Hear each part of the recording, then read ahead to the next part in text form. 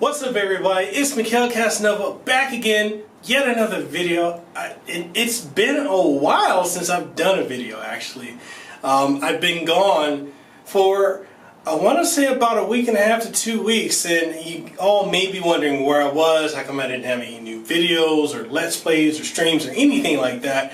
And the main reason for that is I came down with a really bad fever, and on top of that, I had strep throat, so I was just out for this entire past week and a half, and it was rough. But thank you guys for being patient. Thank you, to everyone that has basically sent me well wishes. I want to give a shout out to, Bad Request Shinobu, to Mark Bryan, aka Deviator, to Squid Vicious, to Coloco, also to Player Essence, to Power Level Amy, to Aqua, everybody. So yeah, I've been gone, and now I'm back. And I'm back because I'm going to be doing a review. This is my review of 9 Parchements for the Nintendo Switch. This is a game I've been playing, and it's really amazing.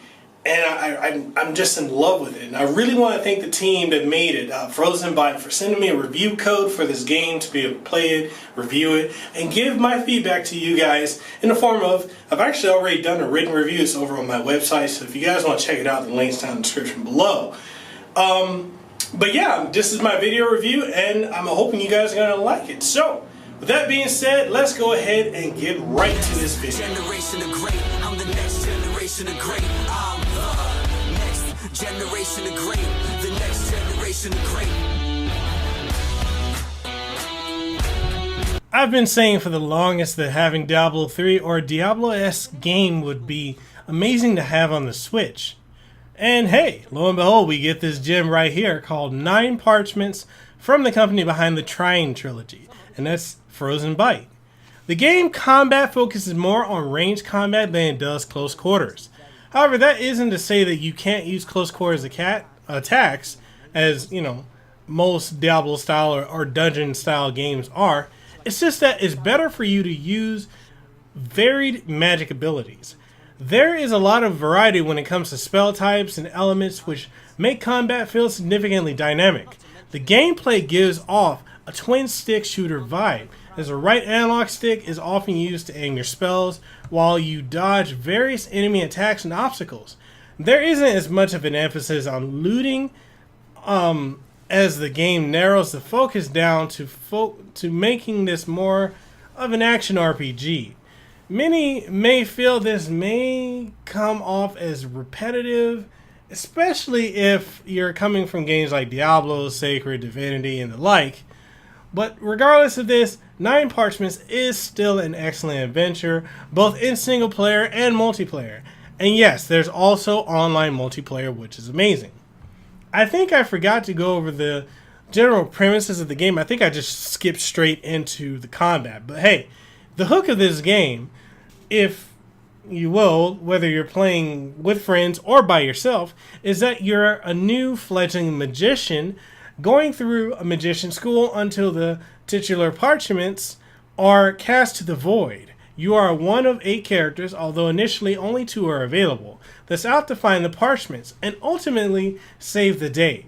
The story isn't the main focus here, so I just went to the game just enjoying the campy story that was presented and focused on the fun of the gameplay and the gorgeous visuals.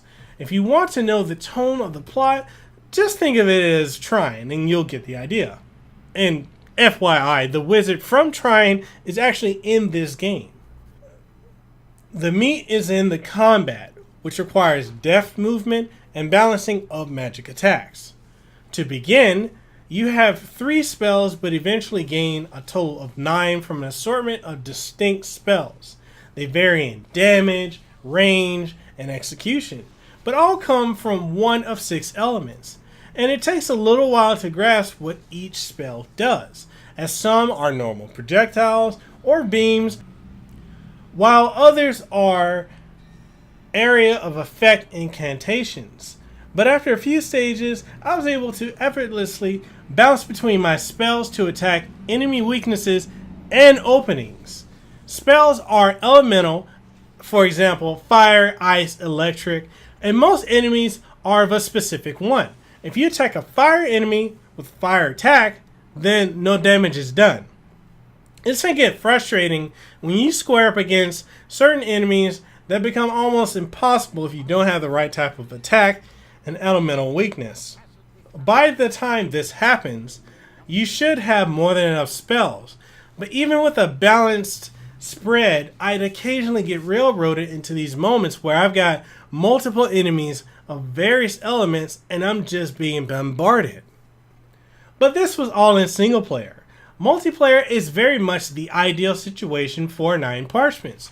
Having more characters and play variety washes away those single player complaints and is an optimal way to experience the game. Folks can drop in and out whenever, making it easy to bring new players in even when you're in the middle of a level. It is annoying that you can only have one active save at a time. Yes, your character's level and experience saves, but your progress is wiped away. It's frustrating, especially when you're going between single player and multiplayer.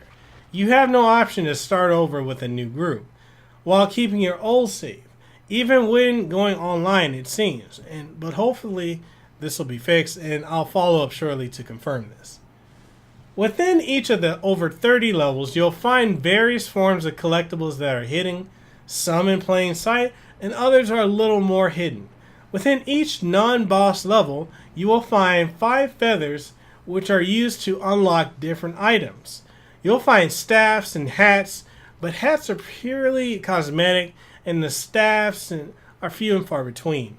Most treasure chests that I found in levels just had experience points and nothing really else.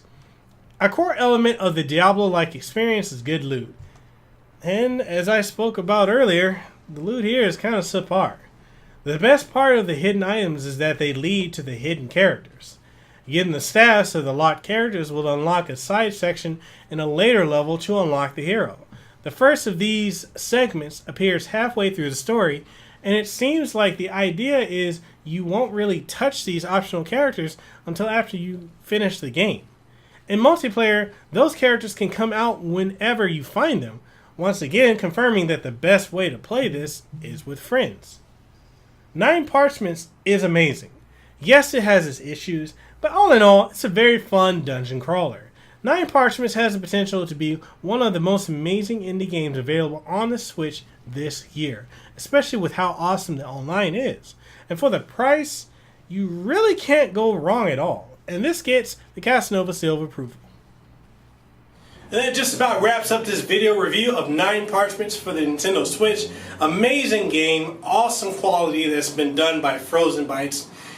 They just did such a great job, and it's something I've been wanting for the Switch for quite a while.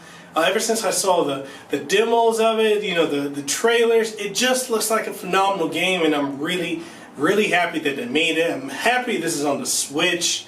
And, I might even pick it up on the Xbox One X because, the 4K and see how it runs and plays. Because, hey, why not?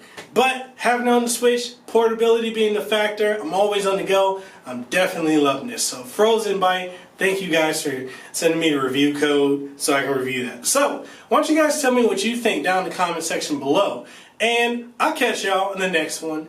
You got the spotlight, girl, you demand all the attention. Starry-eyed, maybe I need a new prescription. I see you on top of me, I'm having visions.